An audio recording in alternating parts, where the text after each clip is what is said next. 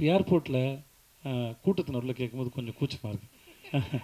நீங்கள் ஷூட்டிங் ஸ்பாட்னால் பரவாயில்ல, ஏர்போர்ட்டில் கேட்கும்போதெல்லாம் அது இப்போ அங்கே உட்காந்து எல்லாம் கொடுத்துருமில்ல. அங்கே எல்லோரும் நிறைய பேர் போயிட்டுருக்காங்க, வேறு வேறு மொழி பேசுகிறவங்க. என்னடா அவன் எல்லாருமே கிஸ் வச்சுன்னு நீங்கள் மாட்டாங்களா? அது தவிர வேறு ஒன்றும் இல்லை. சேதனா ஒன்றும் இல்லை. ஆக்சுவலி நான் வந்து ஒரு 2K கேட்டேன். ஸோ எங்களை மாதிரி இருக்கிற எல்லாருக்குமே ஒரு சின்ன ஆசை, அதை நான் உங்ககிட்ட கேட்கணும் அப்படின்னு ஆசைப்பட்றேன். ஸோ இதற்குத்தானே ஆசைப்பட்டாய் பாலகுமாரா, நடுவில் கொஞ்சம் பக்கத்துக்கான அந்த மாதிரி படங்கள்லாம் இப்போது நாங்கள் எல்லாருமே பயங்கரமாக எக்ஸ்பீரியன்ஸ் பண்ணுறோம், ரொம்ப பிடிச்சிருக்கு. ஸோ ரீசெண்டாக அந்த மீம் பேஜஸில் நீங்கள் பார்த்துருப்பீங்கன்னு நினைக்கிறேன், அந்த சாங்ஸ் எல்லாம் ரெகுலராக போட்டுருக்கேன். ஸோ அந்த மாதிரி படம் உங்ககிட்ட இருந்து எப்போ நான் எதிர்பார்க்கலாம்? அடுத்து எனக்கு இதற்குத்தானே ஆசைப்பட்டாய் மாதிரி எனக்கு ஏதாவது ஒரு படம் வேணும். இல்லை சார், நானும் எல்லாருக்குமே இல்லை, நானும் எதிர்பார்க்குறேன். இல்லை என்ன, நீங்கள் அந்த படம் நடிக்க ரொம்ப ஜாலியாக இருக்கும், இன்ஹிபிஷன்ஸே இருக்காது, நீங்கள் வந்து ஜாலியாக இருக்கும். எனக்கு அம்மையில் இப்போ பாலகுமாரன் வந்து அமைஞ்சது, அம்மையணும், அதான் சொல்கிறேன், அமையணும். அது இப்போ எழுதுனவங்க மட்டும் நம்பினா பத்தாது, நடிக்க போகிற நான் நம்பினதான் என்னை நம்பி படம் பார்க்க வர உங்களுக்கு நான் சரியாக கொடுக்க முடியும்னு அர்த்தம். அப்போ அதே மாதிரி ஒன்று எழுதிட்டு வந்தால் அது நடக்காது. அது ஒரு மூடு, வேற ஒரு மூட்லேயும் அதை கொடுக்கணும். சார் 2 வச்சுக்கணும். அடுத்து ஆனால் அந்த படம் பார்க்குறப்போ என் வயசு 15, அப்போ நீங்கள் சொன்னது எதுவுமே புரியலை, ஆனால் இப்போ எல்லாமே புரியுதுங்கிறத மட்டும் பதிவு பண்ணிக்கிறேன். Okay, thank you. ஒரே நிமிஷம் இருங்க சார்.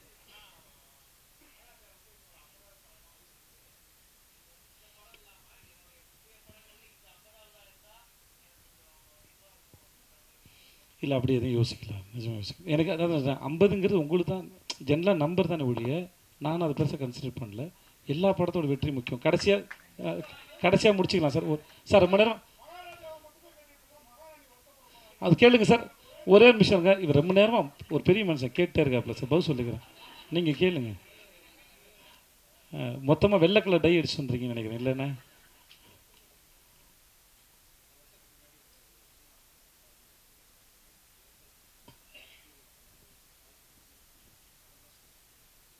அப்படி சொல்லிக்க வாய்ப்பு இல்லை.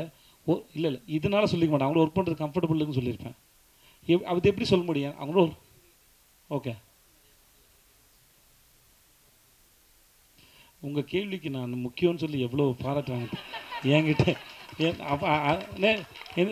உங்களை வந்து நான் எவ்வளோ முக்கியம்னு நினச்சி, இந்த கேள்வி முக்கியம், இவர் பதில் சொல்லணும்னு நான் நினச்சேன். இது வந்து இதெல்லாம் நியாயமா? ஓகே, எல்லாரும் நான் சொல்கிறேன்னே, என் கூட இப்போ மம்தாவாக இருக்கட்டும், அபிராமியாக இருக்கட்டும், இல்லை என் கூட ஒர்க் பண்ண அத்தனை பேரோடையும் நான் ரொம்ப ரொம்ப அழகான ஒரு அனுபவம் எனக்கு இருக்குது வேலை செஞ்சதில் வந்து. அதனால் யாருக்கும் குறைச்சது இல்லை. ஸோ அந்த மாதிரி நினைப்பு எனக்கு கிடையாது. வேண்டாம் ஒரு விஷயம்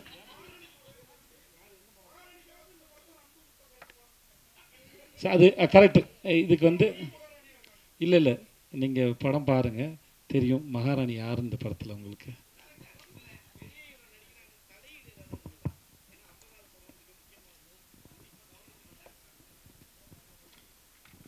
அதெல்லாம் இல்லைங்க. எனக்கு நான் எல்லாருக்கிட்டையும் சொல்கிறது தான், எனக்கு இந்த கம்ஃபர்டபுள் வேணும், நான் எல்லாத்தையும் சொல்லணும்.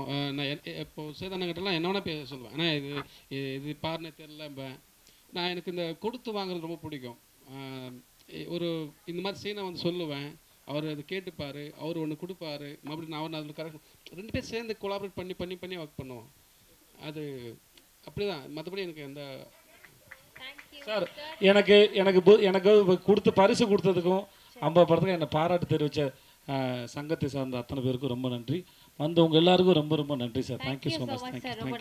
தேங்க்யூ. என்னுடைய சொந்த பயம் அது, அதனால தான் ஆடியோ லான்ச்சிங்க யாரையும் கூப்பிட்றதில்ல. அங்கேருந்து பாருங்கள் போதுமானதான்னு இருக்கும், அந்த மாதிரி ஒரு காரணம். அப்புறம் எல்லோரும் பண்ணுறதுனால பண்ணணுமான்னு தெரியல. நான் ஒவ்வொரு ஷூட்டுக்கும் எங்கேயாவது வருவேன் இல்லையா, அந்த ஊர் பக்கத்தில் இருக்கவங்களாம் வந்துருங்க, நான் அங்கேயே ஃபோட்டோ எடுத்து அங்கேயே மீட் பண்ணிக்கிறேன் எல்லாரையும். கம்ஃபர்டபுளாக நீங்கள் அது வரைக்கும் அவங்கவுங்க வேலையை பாருங்கள் அப்படின்னு சொல்கிறேன். இதுதான் எனக்கு என்னோடய ஃபேன்ஸில் வந்து கம்ப்ளைண்ட் சொல்கிறாங்க. நீ கேட்குற அதையே எனக்கும் என் ஃபேன்ஸ் கேட்குறாங்க, எதுக்கு எங்களை மீட் பண்ண மாட்டேங்கிறாரு மற்றவங்கள மாதிரின்னு. நான் மீட் பண்ணுறேன், அங்கே வரும்போது மீட் பண்ணிக்கிறேன். இதுக்கும் தனியாக அப்படி ஒன்று பண்ணணுமான்னு ஒரு கேள்வி இருக்குது, அதனால் பண்ணுறதில்ல, வேறு எந்த ரீசனும் இல்லை. ஹாய்ண்ணா, விஜயண்ணா, இங்கே ஒரே ஒரு கொஸ்டின்.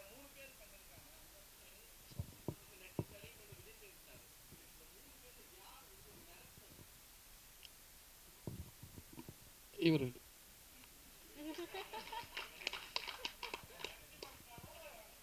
விஜயண்ணா 2 பண்ணார். விஜயண்ணா, அனுராக் சார். ஆக்சுவலி இவர் தான் சார் மிரட்டினாப்ல. பாருங்கள் மிரட்டின அனுராக் சார். ஆனால் அனுராக் சார் அவர் எப்படிப்பட்ட டேரக்டர் நீங்கள் பார்த்துருப்பீங்க, அவர் கூட வேலை பண்ணணும்னு நினச்சிருப்பீங்க. இப்போ அவர் எப்படிப்பட்ட ஆக்டருங்கிறதும் உங்களுக்கு தெரிஞ்சிருக்கு. சூப்பரான ஆக்டருங்க. அவர் கூட நீங்கள் கதை பண்ணணும்னு ஏதாவது டிஸ்கஸ் பண்ணியிருக்கீங்களா? ஆனால் அவர் டைரக்ஷனில் நானே கேட்டேன். நான் மும்பையில் ஒரு ஒரு ஒரு ஃபங்க்ஷன் இப்போ பார்ட்டியில் ஒன்று மீட் பண்ணோம். அப்போ அவர் படம் கென்னடின்னு ஒரு படம் இருக்குது, பார்க்க வரியான்னு எனக்கு கேட்டார். என்னை முதல்ல ஹிந்தி படத்துக்கு அப்ரோச் பண்ணது அவர் தான் 2016 வாசன் பாலன் ஒரு டேரக்டரோட இதுக்காக. அப்போது படம் காமிச்சார். நானும் இன்னொரு ப்ரெஸ்ஸில் அவருக்கு ஒரு நண்பர் இருந்திருக்காரு, ரிப்போர்ட்டர், அவரும் நானும் தான் படம் பார்த்தோம். முடிச்சுட்டு 3 பேரும் பேசிட்டு இருந்தோம். அப்போ நான் எனக்கு அந்த படத்தை பற்றின ஒப்பீனியன் சொன்னேன். அது அவருக்கு பிடிச்சிருந்தது. அந்த படத்தில் கான்ஸில் ஸ்க்ரீன் பண்ணும்போது எனக்கும் தேங்க்ஸ் கார்டு போட்டிருந்தார். இந்த படத்துக்கு நான் அப்ரோச் பண்ணோன்னே எனக்காக பண்ணி கொடுத்தாரு. கதை கேட்க முன்னாடி ஓகே சொல்லிட்டார் இல்லையா, எனக்காக பண்ணி கொடுத்தாரு. நடிச்சிட்டு இருக்கும்போது ஒரு சீனில் அவருக்கு ஷோல்டர் அடிபட்டு ஒரு மாதிரி அவ்வளோ பெருசாக நகர்த்த முடியல. அப்போது நாங்களாம் வருத்தப்படும்போது அவர் சொன்னார், நல்லவேளை எனக்கு ஷோல்டர் இதுவாகி வலியாயிடுச்சு, அதனால் இந்த கை யூஸ் பண்ண முடியல, அது ஷாட்டுக்கு ரொம்ப நல்லா இருக்குனாரு. அதனுடைய ஒரு டைரக்டராக இருந்தபோது மித்தியில் கொஞ்சம் பயந்தான், கம்யூனிகேஷன் கேப் இருந்தது. எனக்கு ஓரளவு ஹிந்தி தெரிஞ்சனால பேசி நான் அந்த கொஞ்சம் உதவி பண்ணியிருந்தேன். ஆனால் ஒரு டைரக்டராக இருந்தாலும் அவரும் பெரிய டைரக்டரு, அவர் எக்ஸலண்ட்டான டைரக்டர். அவருக்கு எப்படி சொல்கிறதுன்னு ஒரு நாள் ஒரு நாள் தங்கியிருப்பேடா, அவன் ஒரு நாள் தங்கியிருப்பான். பட் ஆனால் ஒர்க் பண்ணும்போது அவர் அவ்வளோ ஸ்பேஸ் கொடுத்ததுனால இவன் நினச்சதை சொல்ல முடிஞ்சது. அவருடைய டெடிக்கேஷனும் ஒர்க் பண்ண இதுவும் கடைசியில் நாங்கள் நினச்சிட்டோம் நல்லதாக போச்சு. ஐ திங்க் மம்தா சொன்னாங்க, மம்தா அபிராமியும் சொன்னாங்க, இந்த படத்தில் எல்லா காஸ்ட் அண்ட் குரூ எல்லாருமே சரி, அனுராக் சாப்பிட்லேருந்து எல்லாருமே சரி, இந்த படத்துக்கு அமைஞ்ச ஒரு வரம் தான் அது. சில இந்த கொடுத்துறேன்டா இல்லை நான் பேசுகிறேன் இல்லை. ஸோ இந்த படத்தில் நம்ம என்ன தான் தேடினாலும் சில சமயம் அமையிறது இருக்குல்ல, அது அமைஞ்சது. அது முழுக்க இவனுக்கே போய் சேருது தான், இவனுக்கு கிடைச்ச பாக்கியமாக தான் அதை நான் பார்க்குறேன். இந்த இயக்குனர் பேசுவார் இப்போ.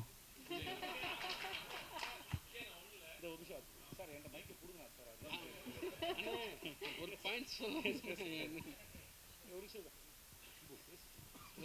அனுராக் சார் ஒரு சீனில் படியில் விழணும். அவர் பாடி ரொம்ப ஃபேட்டாக இருக்கும். நமக்கு அது ரொம்ப சார் நீங்கள் லைட்டாக விடுற மாதிரி பண்ணிக்கோங்க, டூப் வச்சு மேட்ச் பண்ணிக்கலாம் அப்படின்னு சொல்லி நமக்கு அது தெரியல, ரொம்ப பிடிச்ச மனுஷனால ஒரு மாதிரி ஒட்டிக்கிட்டு குழந்த மாதிரி ஒட்டிக்கிட்டு அவர் பார்த்துட்டு ஏதோ பண்ணிகிட்டு இருந்தேன்.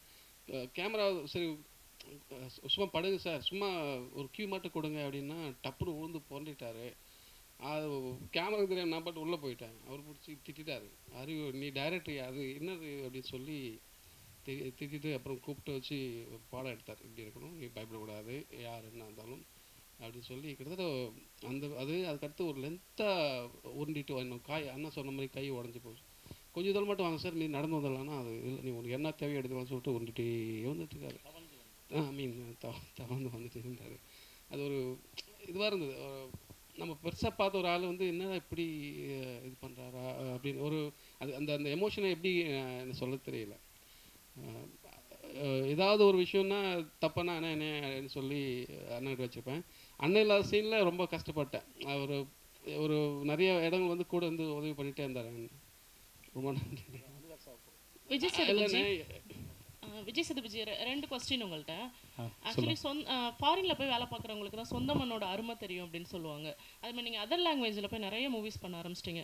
ஸோ நீங்கள் தமிழ் சினிமாவோட அருமையை அங்கேருந்து பார்க்கும்போது என்னென்ன விஷயங்கள் ஹைலைட்டாக தெரிஞ்சுது, எந்தெந்த விஷயங்கள்லாம் உங்களுக்கு சார் தமிழ் சினிமாவில் இதெல்லாம் இருக்குது அப்படிங்கிற மாதிரி நீங்கள் சொல்லலாம்? முதல்ல எனக்கு இன்னமும் அந்த அளவுக்கு சென்ஸ் வரல. ஏன் சொல்கிறேன்னா இன்னமும் அந்த மொழியும் கலாச்சாரம் முழுசாக புரியல. இன்னும் நான் அங்கே கன்வின்சிங்காக நடிக்கிறான்னு கூட எனக்கு தெரியல. ஆனால் மக்கள் என்னை ஏற்றுக்கிறாங்க. அவங்க மக்கள் செல்வன்னு சொல்லும்போது நல்லாயிருக்கு கேட்குறதுக்கு. நம்ம ஆளுங்களுக்கு புரிந்து தமிழ் பேசுகிறோம், நமக்கெல்லாம் புரியும் போது என் மொழி தெரியாதவங்க கூட என்னை அப்படி சொல்லி அட்ரஸ் பண்ணும்போது கேட்குறது நல்லாயிருக்கு. பட் எனக்கு என்னென்னா இன்னும் நான் அதை பண்ணுறதே கன்வின்சிங்காக பண்ணல. அது ஒரு நாள் பண்ணதுக்கப்புறம் தெரியும். மற்றபடி இது உலகத்தில் எங்கே போனாலும் ஒன்று தான், கதை சொல்லப்படுது, கதாபாத்திரம் வழியாக சொல்லப்படுது, அது அந்த இடத்துல அந்த மண்ணில் வாழ்கிற மக்களுடைய உணர்வுகளை பதிவு பண்ணுது. இட்ஸ் டாக்குமெண்டேஷன் நான் நினைக்கிறேன். மற்றபடி எனக்கு எந்த ஒன்று. இன்னொரு கொஸ்டின், ஆக்சுவலி 50th மூவி அப்படின்னா நீங்கள் கடந்து போகிறேன் அப்படின்னு நீங்கள் சொன்னீங்க. ஆனாலும் மோஸ்ட்லி ஹீரோஸ் என்ன பண்ணுவாங்க அப்படின்னா கமர்ஷியலாக, கலர்ஃபுல்லாக, ஒரு மாதிரி ஃபன்னாக, ஈவன் போஸ்டர்லாம் ரிலீஸ் ஆச்சு அப்படின்னாக்கா அவ்வளோ ஒரு ஸ்டைலிஷ்ஷாக இருக்கும். பட் ஏன் நீங்கள் வந்து இந்த 50வது படம் மகாராஜாவாக இருக்கணும்னு நினச்சிங்க? ஈவன் நீங்கள் நினச்சிருந்தா கூட இது 51 மாற்றிருக்கலாம். என்ன ஒரு ஆக்டரா ஒரு அந்த எந்த பாயிண்ட் ஆஃப் வியூவில் இது 50வது படம்? நீங்கள் 50வது படம்னு உங்கள் மனசில் நிற்கணும், உங்களுக்கு பிடிக்கணும், உங்களை இம்ப்ரெஸ் பண்ணணும்னு நினச்சேன். ஸோ அதுக்கு இந்த கதை சரியாக இருந்தது. நான் மனசில் ஒரு விஷயத்தை வச்சுக்கிட்டு அதுக்கு தேடினா செட் ஆகுமான்னு எனக்கு தெரியல. ஏன்னா அதுக்கு பெர்ஃபெக்டாக உனக்கு கிடைக்குமான்னு தெரியாது. இதுவும் தென்கட்சி கோசம்னு கதையிலே ஒரு கதை கேட்டிருக்கேன், அதில் வந்துருக்கோம். பெர்ஃபெக்ஷன் என்பது உங்கள்கிட்ட யார் எதிர்பார்க்கங்களோ அவங்க மனசில் ஒரு ஓவியம் இருக்கும், அதை போல் ஓவியத்தை வரைஞ்சிட்டிங்கன்னா அது பேர் பெர்ஃபெக்ஷன் சொல்லுவாங்க அப்படின்னு ஒரு கதை சொல்லியிருப்பார். ஸோ அந்த மாதிரி என் மனசில் ஒரு விஷயத்தை வச்சுக்கிட்டு அந்த மாதிரி ஒருத்தர் படம் பண்ண நினச்சேன்னா அது தேடி தேடி டயர்ட் ஆகிடும், வயசாகிடும். ஆனால் இவர் கொண்டு வந்து ரொம்ப சிறப்பாக இருந்தது. இதுவே 50வது இருக்கட்டும்னு நினச்சி தான் அந்த பண்ணது. சேதனா இது உங்களுக்கு நான் இங்கே சார் என்ன ஒரே நிமிஷம் ரம்னாக்கு ஓகே வேறு கேள்வி. அண்ணா அப்படி ஒன்றும் இல்லை தலைவா. இதுவே இன்னமும் சொல்கிறேன் தலைவா, எனக்கு எப்பயாரோட அந்த மக்கள் செல் வந்து எடுத்துடணும் தலைவா ஆசைப்படுறேன். அதுவே பட்டம் வேணும் தான் தோணிட்டு இருக்கு. அறிவு தான், அறிவு வந்துச்சுன்னா பிரச்சனையே இல்லை. அறிவு இருக்கணும், அது பொறுப்பு இல்லை. எவ்வளோ பேருக்காக சேர்ந்து சிந்திக்கிற ஒரு வேலை இல்லையா, அவ்வளோ அசால்ட்டாக நான் எடுத்துக்க மாட்டேன். அதனால் எனக்கு அறிவு வந்துச்சுன்னா நான் ஓப்பனாக சொல்கிறது எனக்கு எந்த ஆட்சேபனும் இல்லை.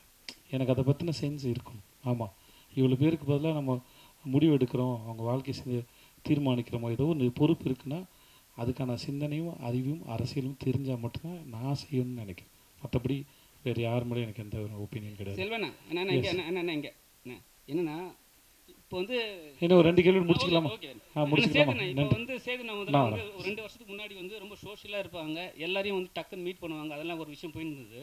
இப்போ வந்து சமீப காலமாக வந்து உங்களை மீட் பண்ண முடியல, உங்களை வந்து ஏதாவது ஒரு ஃபோட்டோ ரிலீஸ் பண்ணுறது கூட கொஞ்சம் கஷ்டமாக இருக்குது அப்படின்னு சொல்லிட்டு ஒரு டூ வீக்ஸ் முன்னாடி, ஒரு லாஸ்ட் வீக் முன்னாடி கூட ஆர்கே வெள்ளிமேகம் ஒரு படத்தோட டைரக்டர் அவர் வந்து 4 படம் மலையாளத்தில் பண்ணியிருக்காரு. அவர் வந்து உங்ககிட்ட வந்து ஒரு டைமோ உங்கள் சைடில் கேட்குறாங்க, யாரும் வந்து ரெஸ்பான்ஸ் பண்ணலையா. அவர் என்ன ஒரு வார்த்தை சொல்கிறாருன்னா, அவர்கிட்ட என்னங்க ஒரு ஃபோட்டோ தான் கேட்க போகிறோம், 4 சென்ட் இடமா கேட்க போகிறோம்னு சொல்லிட்டு வெளி மாநிலத்துலேருந்து வந்து உங்களை வந்து கொஞ்சம் ஆனால் வந்து உங்களுக்கு ரொம்ப பிடிச்ச ஒரு டேரக்டர். அவர் என்ன சொல்கிறாருன்னா, எனக்கு ரொம்ப ரொம்ப பிடிக்கும், வேறு யாரையும் நான் மீட் பண்ணவே போகலை, அவரை மட்டும் நான் போய் பார்க்கலான்னு போகிறேன், உங்கள் சுற்றி உள்ள ஆளுகள் வந்து யாரும் மீட் பண்ண விட மாட்டார். அவர் ஒரே வார்த்தை சொல்கிறார், நான் அவர்கிட்ட வந்து 4 சென்ட் இடமா புரிஞ்சிச்சு. நான் பதில் சொல்லட்டுமா? சொல்லுங்கள். 4 சென்ட் என்ன தெளிவாக சொன்னதை நான் புரியும். அதான் எனக்கு இல்லை, எனக்கு புரிஞ்சிச்சு. நான் இதுக்கு பதில் ஒன்றும் இல்லை. ஏன்னா ட்விட்டரில் போய் பார்த்தீங்கன்னா தெரியும், என் படங்களோட மற்றவங்க படம் தான் அதிகம் ரிலீஸ் பண்ணியிருப்பேன். நீங்கள் கம்பேர் பண்ணி பாருங்கள். இது இன்னொரு ஹீரோவுடைய வேறு யாராவது, நான் பேர் சொல்லக்கூடாது, வேறு ஒரு 5-6 ஹீரோக்கள் யாராவது எடுத்துக்கோங்க, அவங்க எவ்வளோ மற்ற படங்கள் ரிலீஸ் பண்ணியிருக்காங்க, நான் எவ்வளோ ரிலீஸ் பண்ணியிருக்கேன்னு பாருங்கள்.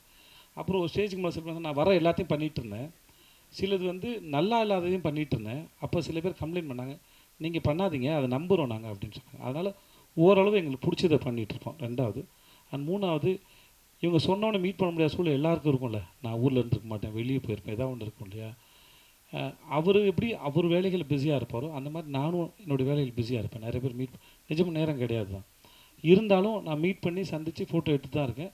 அதுக்கு உதாரணமாக நீங்கள் கடந்த 1 மாதமாக, ரொம்ப நாள் முன்னாடி போனேன், கடந்த 1 மாதம் இல்லை 2 மாதமாக நான் எத்தனை படங்கள் ரிலீஸ் பண்ணிருக்கேன்னு பார்த்தீங்கனாலே உங்களுக்கு தெரியும். என் நண்பர் ஒருத்தர் வந்து அவருடைய இது ரிலீஸ் பண்ண சொல்லி கொடுத்தாரு. நான் போஸ்டர் பார்த்தேன், போஸ்ட் நிஜமாகவே எனக்கு கன்வீனியன்ஸிங்காக இல்லை, ஆனால் இந்த படம் வேணாமே அப்படின்னு அவர்கிட்ட சொல்லியிருக்காங்க. ஸோ எனக்கு பிடிக்கணுங்கிறது தான் கணக்கு ஒழிய, மற்றபடி சினிமாவில் இருக்கிறதுனால என் படத்தை மட்டும் ப்ரொமோட் பண்ணணுன்ற அவசியம் எனக்கு கிடையாது. என்னுடைய பாப்புலாரிட்டி இன்னொரு படத்துக்கு ஓரளவு லிஃப்ட் பண்ணணுன்னா அதை செய்யணுங்கிறது தான் எண்ணம். நீங்கள் சும்மா செக் பண்ணி பாருங்கள், அது நான் சொன்னால் நல்லா இருக்காது. அன்பு முத்தங்கள் குறைஞ்சி போச்சுன்னு சொல்கிறாங்க. அன்பு முத்தங்கள் இல்லை,